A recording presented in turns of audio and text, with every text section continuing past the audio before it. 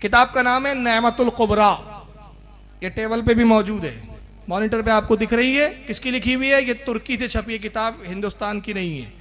तुर्की का ये नुस्खा है मेरे पास अल्हम्दुलिल्लाह। इसके लिखने वाले हज़रत इमाम अहमद इब्न हजर अल हैतमी अश-शाफ़ई, ये वो इमाम है जिनको अहले हदीस गैर मुक़ल्लिदीन भी मानते हैं, ये भी मानते हैं। और ये बहुत बड़े मुहद्दिस गुजरे हैं। फतावे हदीसिया इनकी बड़ी मशहूर किताब है। हालांकि इन्होंने, मैं वाज़े कर दूं कि इससे पहले कि कोई अहले हदीस वो नुक्ता चीनी करे उस बात पर जो मैं दिखा रहा हूं कि इसकी सनद नहीं है, तो मैं इसके जवाब में अर्ज़ कर दूं कि हमें इसकी सनद की ज़रूरत नहीं। इब्ने हजर का लिखना, अपनी किताब में उस हदीस को बयान करना ही हमारे लिए सनद है। हम तो वो है कि ए इश्क तेरे सदके जलने से छुटे सस्ते, जो आग बुझा देंगी वो आग लगाई है। और तैबा न सही मक्का ही बड़ा जाहिद, हम इश्क के बंदे हैं बात क्यों बढ़ाई है।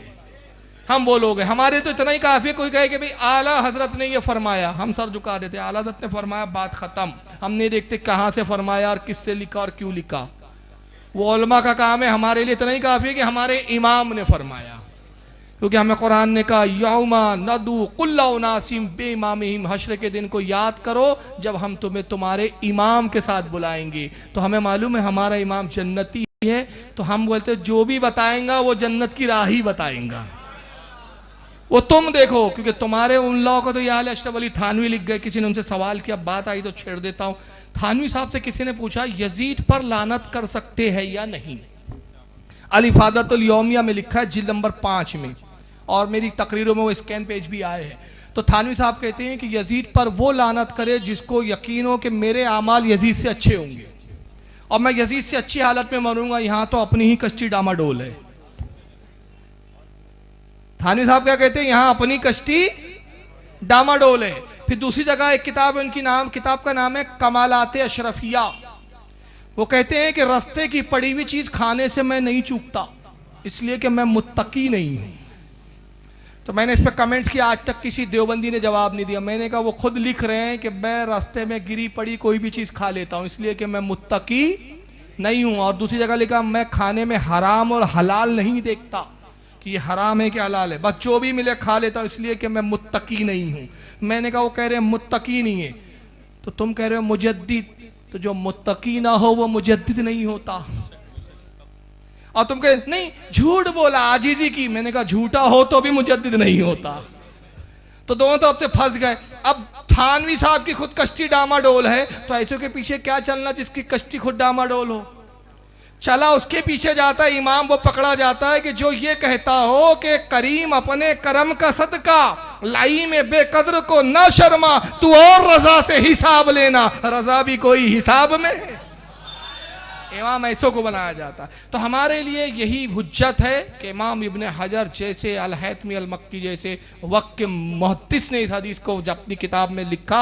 आइए नेमतुल कुबरा उनकी किताब, सफ़ा नंबर 6 है। एक बाप कायम किया उन्होंने, बाप का नाम है फजलुन फी बयान फजल मौलिदिन नबी सल्लल्लाहु अलैहि वसल्लम।